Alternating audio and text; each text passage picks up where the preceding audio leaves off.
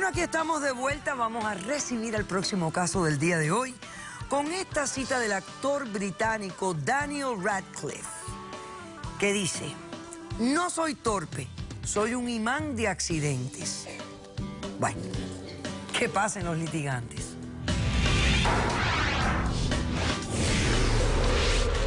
Mire, a mí lo único que me interesa es la seguridad de mi hijo.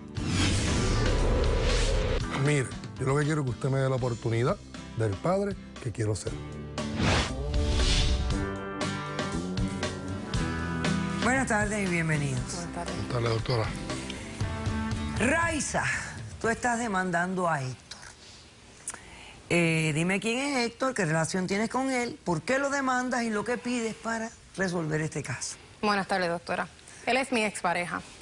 Yo estoy aquí que por favor le pido que me otorgue la custodia completa y total de nuestro niño Andrew, que solamente tiene 2 años, porque este hombre que usted ve aquí es un torpe, es un desastre.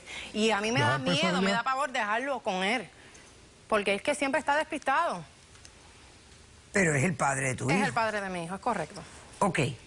A ver, ¿cuánto tiempo de relación tuvieron ustedes? Nosotros nos conocimos hace 3 años.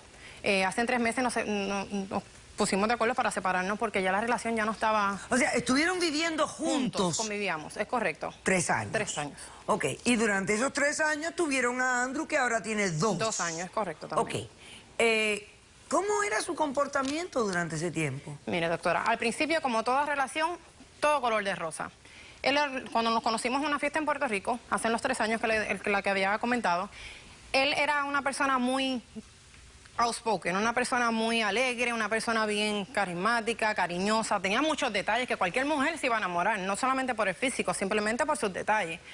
Pues nosotros decidimos, ya yo tengo 35 años, ya estoy un poquito vieja para tener hijos, nos decidimos convivir y rápidamente quedé embarazada. ¿Por qué? Porque me lo pediste. Quedé embarazada. Tuvimos a nuestro hijo, entonces lo que empezó todo como color de rosa y todo como chiste, porque cuando nosotros salíamos, él se tropezaba con todo.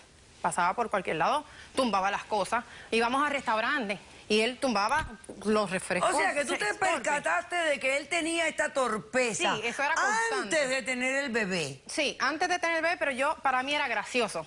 Nunca le puse una atención, ¿sabes? Porque pensé que era una característica que él tenía y a la cual a mí me gustaba en aquel entonces. O sea, ¿te gustaba su torpeza?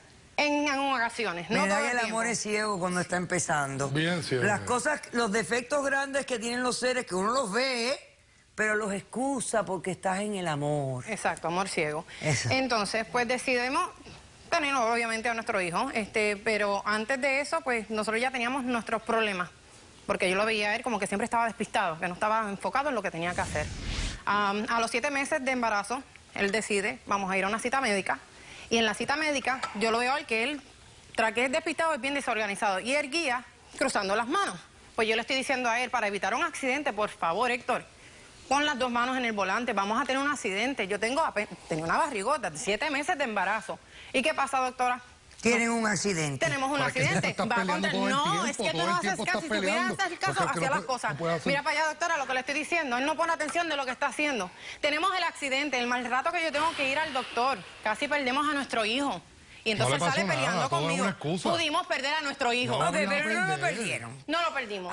Ajá. Entonces sigue la relación. Doctora, yo se lo voy a hacer corto para que usted entienda el porqué, el miedo mío, el temor de dejar a mi hijo con él. Un día voy a la casa, me da como el instinto de madre que algo malo está pasando. Llego, ¿y qué pasa? La cocina en llamas. ¿Para qué? ¿Para cocinarte a ti? Porque todo el tiempo te preparo todo. La manteca por todos lados, pero hasta acá arriba, doctora. Y después tenía a nuestro niño de apenas 7 meses en la mano, con el fuego. ¿Qué yo tuve que hacer? Entrar, por favor. Tuve que entrar, apagar el fuego total y arrebatarle a nuestro niño de las manos, porque él no piensa cómo tú vas a estar con un niño tan pequeño y después con manteca. Se ofusca. Sí, se lemba, se va en el limbo. También se va en el limbo, pero no me hubiese cocinado. Anyway, la otra anécdota también, mire, le doy al niño le da el tetero, pero que está viendo televisión. Mi sangre nunca, créeme. Está viendo televisión. El niño se está ahogando, doctora Violeta, y él está enlembado viendo un programa y el nene ahí se lo tengo que arrebatar. No, tú tienes que no estaba respirando. Le quité al niño. Le puede pasar a cualquiera. Le quité al niño, entonces de buena fe, porque como yo soy el monstruo, de buena fe, yo le digo a él, mira, yo te voy a enseñar cómo darle el tetero al niño, para que entonces yo poder, aunque sea ir al baño un minuto, estar tranquila, porque si estoy en el baño estoy así pendiente, aquí algo le va a pasar al niño. Otro día, 7 meses, doctora, tirando al muchacho para arriba y para abajo, para arriba y para abajo. Y le digo, Héctor, no, es un niño de 7 meses. Que tiene el hijo para arriba. Doctora, le digo a él, mira, ten cuidado que vas a dejar caer a nuestro niño. En el preciso momento, no es que sea mal agüero, se cae el muchacho, pero se le cae en el sofá. Gracias a Dios que fue en el sofá, porque si llega a ser en el piso, un cocotazo, ya usted sabe el revuelo que está. Y él dice que eso es normal. ¿Y qué piensas tú que causa esto? En verdad, no sé. Yo le voy a decir la última para cortar, para que usted me entienda la preocupación como madre yo tengo. Decidí ponerle paz a esto. Tratar de dialogar con este pichón de elefante que ve aquí. Porque eso es lo único que tiene. Decidimos sentarnos para ponernos de acuerdo para la custodia y las visitas de nuestro hijo. Porque aparte de todo, de su torpeza y su despiste, él no es un mal padre. Pero entonces pone en peligro en cualquier momento, usted sabe cómo son los niños, la situación. Estamos sentados en el restaurante, dialogando, y de momento, bim, bum, bum, bum, un tiroteo en el mismo restaurante, que estábamos ahí, todo el mundo corriendo, hasta yo, salgo corriendo como loca. ¿Qué hace este bobolón? Coge el nene en la mano, y el condenado, de tan grande, no me mires así, de tan grande que él está, él agarra el nene y se va contra un cristal, doctora. Pero tú no ibas a salvar. Un cristal. Terminamos en el hospital. Gracias a Dios que solamente tenía rasguños, pobre niño. No salió por el cristal. Por el cristal, el superhéroe. Pues salió por el cristal, pero tú no eras el héroe, yo lo salvé. ¿Cómo lo salvaste? ¿Cómo terminamos en el hospital? Todo el mundo salió bien. No me importa. Todo el mundo salió bien, menos nosotros, en el hospital. Sí, claro. Entonces dígame usted, señora, usted que es madre o que son madres aquí, ¿cómo tú puedes dejar que una persona que por el mínimo 5 minutos, yo no puedo estar tranquila, yo no puedo tener un minuto de paz? Ya, te entiendo perfectamente, Raiza. Héctor, ella me ha contado unos eventos que, o sea, se ve que no son malintencionados de tu parte, pero que no obstante son preocupantes.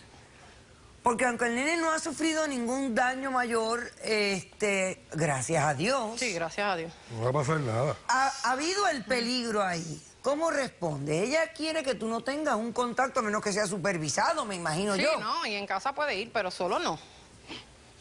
A ver, ¿cómo tú respondes? Bueno, doctora, yo creo que es injusto que yo quiera tener la presencia de mi hijo siempre, para tener la oportunidad de tener, ser padre responsable, enseñarle su niñez, que juegue con tierra, que juegue en el parque, como todos los niños, como crecimos nosotros. Porque en Puerto Rico todo el mundo juega descalzo. Sí. En el parque, aquí, allá, jugando lo que sea. Y ella todo es, no te lo lleves para aquí, no te lo lleves para allá. No puedo. A pesar de todo, en mi crecimiento he sido grande, brusco. Apenas en primer grado yo medía 5 pies. Los padres de los otros niños en la escuela nunca me dejan jugar porque siempre salían agolpeados conmigo o algo por el estilo. Ok, espérate un momento. Voy a hacer un corto receso porque tú me estás diciendo a mí que por tu tamaño tú eres torpe. Y eso no me hace lógica porque yo conozco hombres tan grandes como tú que son tan cuidadosos y tan... O sea, son bailarinas. O sea, que lo que me estás diciendo es ilógico. Yo quiero que tú me expliques, o sea, cuál puede ser realmente la procedencia de este problema que estás teniendo, o si tú lo ves como problema o no. Regresamos después de este corto receso.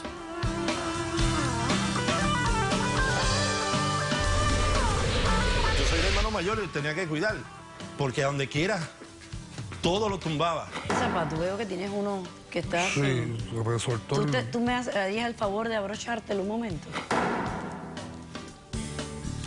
Y esto lo que sugiere es una condición que se llama dispraxia.